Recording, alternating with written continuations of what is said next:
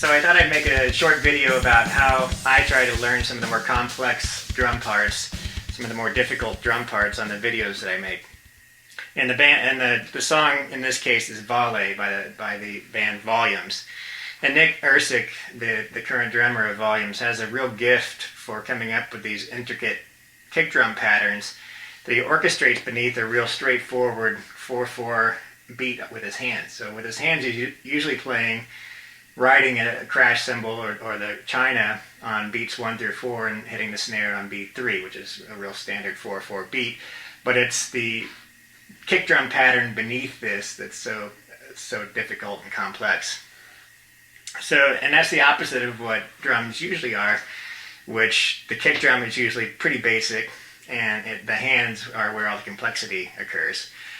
So this was out of my comfort zone, and to learn it, I decided to do something different than what I usually do, which is go into the studio with my headphones on and play the song over and over again until I get it.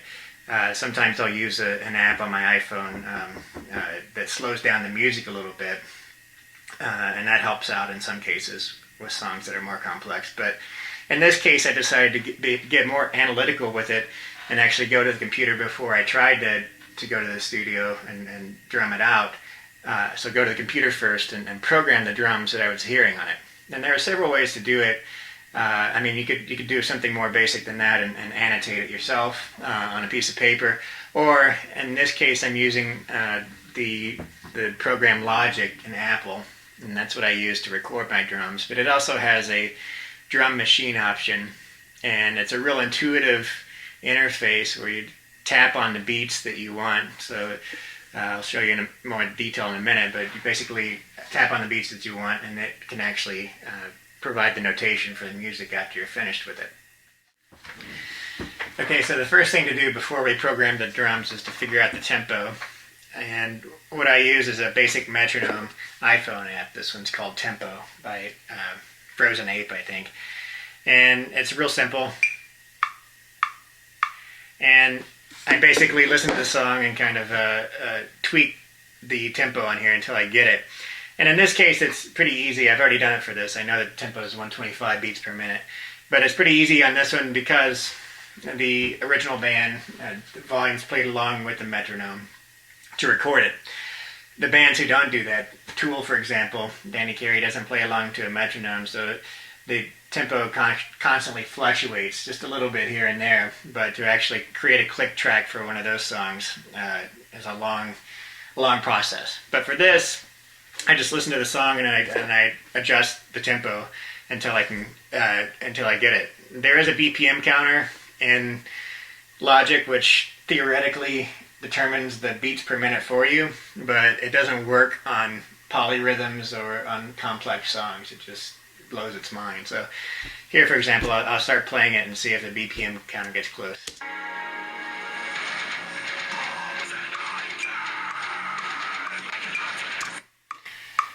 Okay, so the BPM counter came up with a number of 83.3, which I guess would be, I don't know where they got that. So that's incorrect, but our trusty metronome on our iPhone has figured it out. So you come down and you set the tempo. I had already set it to 125, and the time signature is 4/4.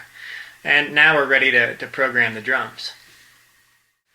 Okay, so this is the interface of the Logic drum machine. And like I said, it's real intuitive. You just tap on the beats that you want. So let's listen to the first 2 bars of the chorus.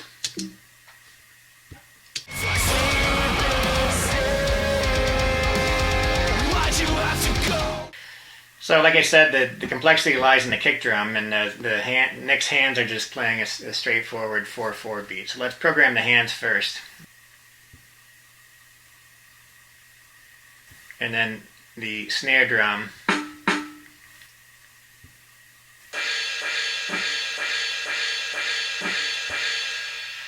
All right, and now let's listen to the kick drum a little more closely on the original recording.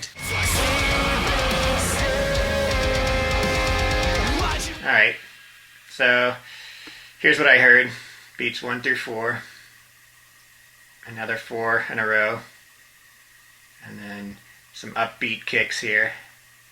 Let's listen to it again.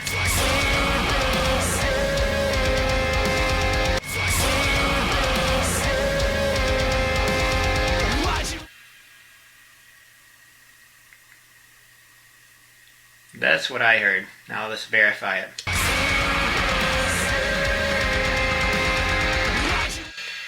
That's it. So let's solo it. And it sounds awful, the drum machine. I'm sure you could get it to sound better, but it doesn't really matter what it sounds like to me. Basically, I'm just doing this for learning purposes. So after programming and annotating the drum parts, I came to the studio to actually orchestrate that on the drums. And as I said earlier, I have a simple app on my iPhone, which is Capo. So here's a section of the song that was pretty hard to learn, so I ended up playing it several times.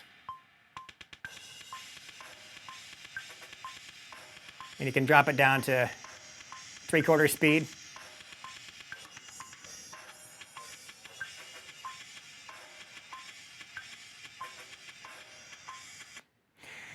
And then it's just an issue of putting that onto the drum set. And you know, at first, when you're playing things that are out of your comfort zone, at least for me, it feels like I might as well just give up. I'm never going to learn this. But eventually, something just clicks, and you end up, you know, your limbs start working independently of themselves, and it's always a great feeling. But otherwise, you know, I play at about 75% speed over and over again until I get that section. And then an important thing is to, you know, bring it up to normal speed, and also to incorporate all the sections together so you're not just kind of piecemealing it. So,